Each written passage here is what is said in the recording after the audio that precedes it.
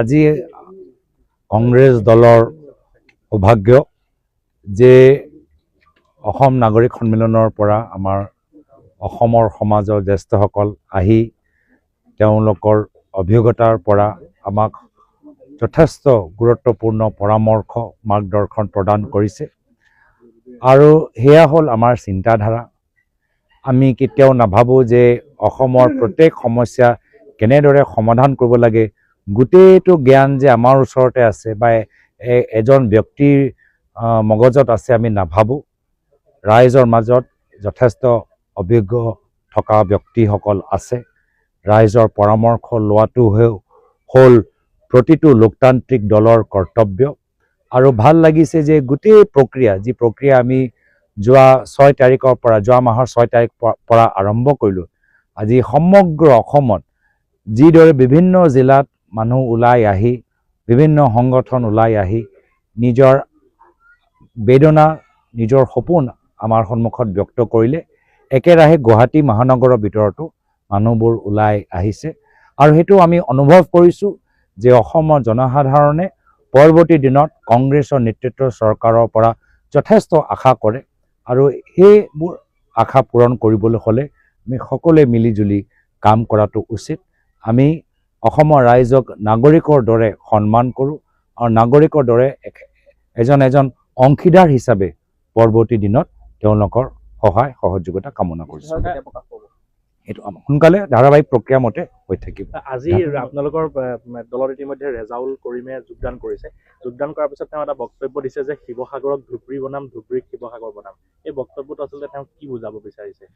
তেওঁ গোটেই বক্তব্য মাত্ৰ বৰ অসমৰ কথাই ক'লে আৰু অসমৰ প্ৰতিটো জিলাৰ ভিতৰত আমি শান্তিত থাকি ভাতৃত্ব মনোভাৱ লৈ আমি অসমখন আৰ্থিকভাৱে আৰু সবল কৰোঁ, সেই পৰামৰ্শ সেই বাৰ্তা তেওঁলোকে দিব পাৰিছে বা বিচাৰিছে। আজি অসমৰ প্ৰতিটো জনগোষ্ঠী প্ৰতিটো জনজাতি নিজকে অপমানিত ভাবে। সকলোৱে আজি আমাৰ ৰাইজৰ পদূলিত ৰাইজৰ কংগ্ৰেছৰ যাত্ৰাত কৈছে যে যি সন্মান এজন বঙালী হিচাপে, এজন অসমীয়া হিচাপে, এজন গোৰ্খা হিচাপে, এজন কাৰ্বি হিচাপে, এজন বড়ো হিচাপে, এজন ভোজপুৰী হিচাপে, এজন অসমীয়া হিচাপে, আহোম হিচাপে যি সন্মান আমি প্ৰায়ত তৰুণ গগৈদেৱৰ দিনত আমি লাভ কৰিছিলোঁ, আজি সেই সন্মানটো আমি নাই পোৱা।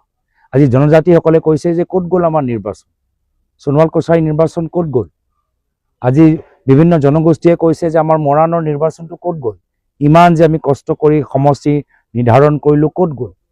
ভাষিক সংখ্যালঘু কৈছে যে আমাক আজি মূল সমস্যা ক'ত গ'ল? আমাৰ ডিভোটৰ সমস্যা ক'ত গ'ল? গোৰ্খাসকলে কৈছে যে আমি ৰাজনৈতিকভাৱে আজি আমি ওপৰলৈকেও উঠিব পৰা নাই। ধৰ্মীয় সংখ্যালঘু মানুহবোৰে কৈছে যে আজিৰ তাৰিখত কিয় এইখন চৰকাৰে আজান পীৰ আৰু বাঘ হাজৰিকা লৈ এনেধৰণৰ তুচ্ছ তাচ্ছিল্য কৰে।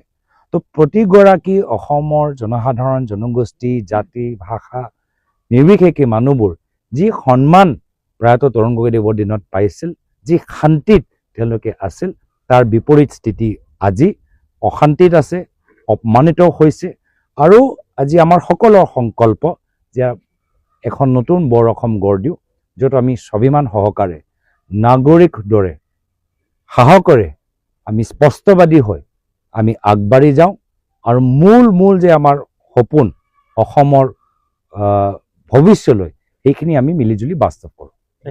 বেচিকেলি শিৱসাগৰক ধুবুৰী কৰিম বুলি কোৱা কথাটো মানি ল'ব পৰা নাই ৰাইজে সমালোচনা কৰিছে। মই যি ক'ব লাগে, মই বৰ অসমৰ কথা তেওঁ যে উল্লেখ কৰিলে, মিলা প্ৰীতিৰ কথা যে উল্লেখ কৰিলে, সেই আছিলে তেওঁৰ বক্তৃতাৰ মূল বাৰ্তা, যিহেতু মই তাতে উপস্থিত আছিলোঁ।